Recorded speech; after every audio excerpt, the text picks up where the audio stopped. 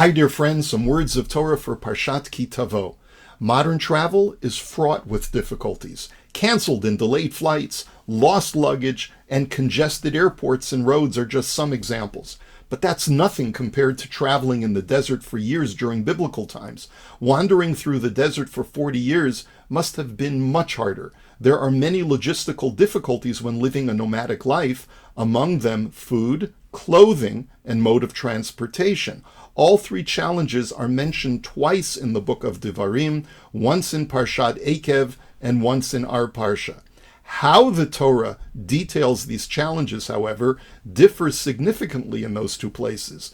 In Parshat Eikev, the Torah communicates that the privation of these three was an affliction, as it says in Deuteronomy chapter 8, Vaya'anecha vayar ivecha. God caused you to suffer by making you hungry and giving you a food called manna that you never knew before and your ancestors never knew. God only allowed you one set of clothing, but that clothing never wore out. Your feet, even though you only had one set of shoes, never became swollen. And then it concludes by saying, V'yadata im lavecha, you thereby know in your heart, Ki ka'asher yiyaser ish et beno, that just as a father causes his son to suffer, Hashem Elokecha miyasereka, God is afflicting you as well. So that's an affliction presentation. By contrast, these very same privations are detailed at the end of our Parsha, after Moshe dispensed very harsh warnings of suffering, known as the Tochacha, if the Jews do not follow the Torah. Here, however, the lack of food, clothing, and transportation that they experienced in the desert is not framed as an affliction, but rather just as another sign of Hashem's amazing miracles. After Moshe reminds the Jewish people of all they experienced, all the miracles that they saw in Egypt, it then says, Va'olech etchem arba'im shana, I then took you from Egypt, where you saw those miracles, and brought you into the desert where you saw similar miracles. Lo valu salmotechem me'alechem, your clothes never wore out, your shoes never wore out, and you only, even though you didn't have bread, but you had food nonetheless. And these are all signs of miracles. The Midrash, as cited by Rashi, teaches that in addition to the manna, the Jews' clothing and shoes were miraculously cleansed, refreshed, and maintained for 40 years by the clouds of glory. Ibn Ezra understands that the miracles were not a product of the clouds, but were rather a product of the manna. Because they ate man for 40 years, they didn't perspire the normal way that human beings would, and perhaps their pores emitted some preserving oils instead. As a result, their clothing and shoes maintained the freshness for all 40 years. But regardless of how we understand these miraculous phenomena, the question still remains. Did Hashem want the Jewish people to view this aspect of their 40-year sojourn as an affliction, or as a sign of the miracles he was performing for them? I think it depends upon context.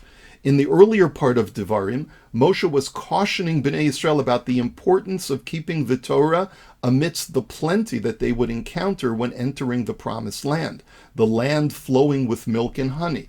Moshe let the people know that whereas they were about to encounter great bounty, they were presented with privation in the desert to test them and make sure that they weren't accepting the Torah for ulterior motives. During their desert years, they demonstrated that they were willing to observe the commandments despite the lack of physical gratification in living their lives as Jews. Now that you have passed that test, Moshe was saying, do your best to maintain that loftiness and be responsible with all the physical blessings that you will receive upon entry into Eretz Yisrael. By contrast, Moshe is speaking to Bnei Israel in our Parsha after presenting them with a whole litany of curses they would have to endure for disobeying the Torah. He reminds them of the miracles they experienced in the desert, but instead of calling them tests of privation, he refers to them as signs that Hashem was with them those 40 years. His point was that even when enduring suffering, never forget that Hashem is with you. In fact, sometimes what you perceive to be suffering is just the opposite. Instead of viewing the lack of food and clothing in the desert as a curse, you should rather view it as a miracle. Because of Hashem's love for you, you subsisted in the desert with far less than what you would normally need. The Abarbanel understands that Moshe was trying to communicate the reason why Hashem deprived Bnei Israel of all these physical amenities in the desert.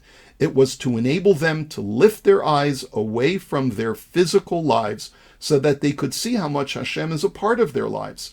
This was Moshe's encouragement and consolation to Bnei Israel after hearing those very harsh curses. Know that even amidst abject suffering, you will be able to find God in your lives.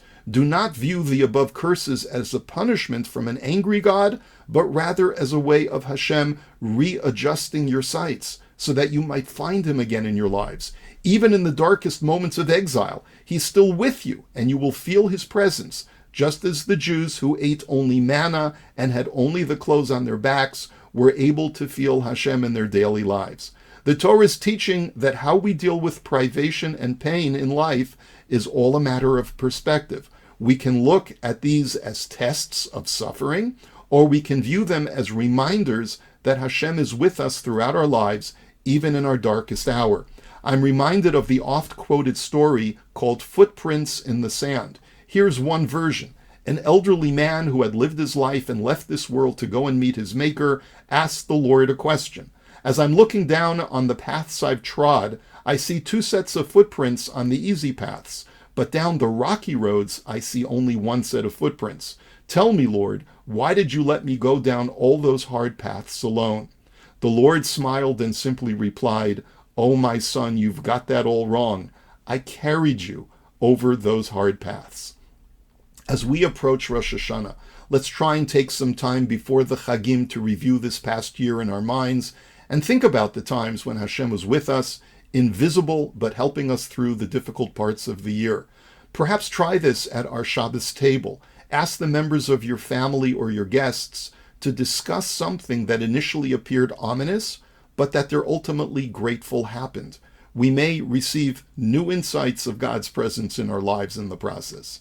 And so, dear friends, may this new year bring new and overt manifestations of God's love for us all, and may we merit to see the redemption this year. B'mheira b'yameinu, amen.